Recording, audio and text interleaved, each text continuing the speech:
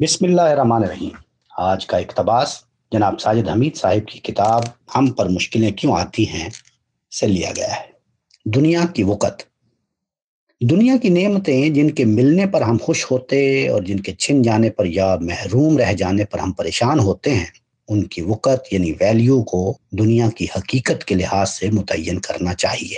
دنیا کی حقیقت یہی ہے کہ یہ جنت اور دوزخ میں جانے کے لیے ایک امتحان گاہ ہے۔ تو اس اعتبار سے اس دنیا کی نعمتوں کی اصل حیثیت امتحانی سوالات کی ہے، نہ کہ مال و منال کی۔ آخرت لحاظ سے بھی اس کی حیثیت کچھ زیادہ نہیں ہے۔ یہ دنیا عارضی ہے، ہاتھ میں آ جائے تو تب بھی نہ آنے کے برابر ہے، اس لیے کہ جب موت کا سایہ اس پر منڈلا رہا ہے تو یہ سب کچھ چھن جانے والا ہے۔ اس آدمی کے اوپر ہم ہنستے ہیں جو پوری محنت سے ایسی چیز حاصل کرنے کی کوشش کر رہا ہو جو ہاتھ میں آ کر ضائع ہو جانے والی ہو۔ اس کی مثال اس بچے کے جیسی ہے جو بلبلے کو پکڑنے کے لیے بھاگے اور جب وہ ہاتھ میں آئے تو آتے ہی پھٹ کر ختم ہو جائے۔ اس کے برعکس آخرت ابدی ہے، جس کو مل گئی کبھی چھینی نہ جائے گی۔ اس اعتبار سے دیکھیں تو دنیا کی نعمتیں بس ایک تماشا اور کھیل ہی لگتی ہیں۔ یہی بات ہے جو قرآن مجید نے درج ذیل الفاظ میں بیان کی ہے۔ وَمَا الْحَيَاةُ الدُّنْيَا إِلَّا لَعِبٌ وَلَهْوٌ وَلَلدَّارُ الْآخِرَةُ خَيْرٌ لِلَّذِينَ يَتَّقُونَ افلا تعقلون۔ سورہ الانعام آیت 32۔ یہ دنیا کی زندگی تو بس ایک کھیل اور تفریح سی ہے، جبکہ آخرت کا گھر متقی لوگوں کے لیے زیادہ بہتر ہے۔ تم اس فرق کو سمجھتے کیوں نہیں ہو؟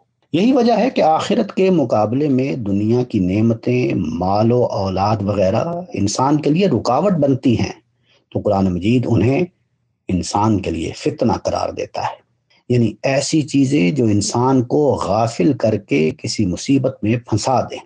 وَاعْلَمُوا إِنَّمَا أَمْوَالُكُمْ وَأَوْلَادُكُمْ فِتْنَةٌ وَأَنَّ اللَّهَ عِندَهُ أَجْرٌ عَظِيمٌ۔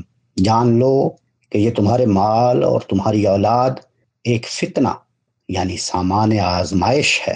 اللہ کے پاس اس آزمائش میں کامیاب ہونے پر ایک بہت ہی بڑا اجر ہے۔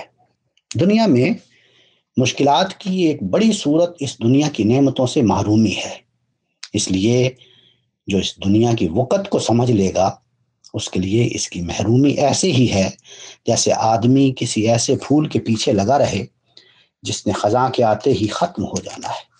لیکن چونکہ یہ نعمتیں ہماری ضرورتوں کو پورا کرتی، تکلیفیں دور کرتی اور ہمارے لیے آسانیاں لاتی ہیں، اس لیے ہم ان کے نہ ملنے پر دکھی ہو جاتے ہیں۔ یہ دکھی ہونا بری بات نہیں ہے، اس لیے کہ محرومی کو بنایا ہی اس لیے گیا ہے کہ وہ ہمیں دکھ پہنچائے اور ہمارا امتحان لیا جائے۔ اصل چیز یہ ہے کہ محرومی کی صورت میں کرنا کیا ہے۔ اس دنیا کی وقت اگر ہمارے سامنے رہے گی تو ہم اس حقیقت سے آگاہ رہیں گے جس کی وجہ سے ہمیں مشکلات سے نبرد آزما ہونے کی قوت ملے گی۔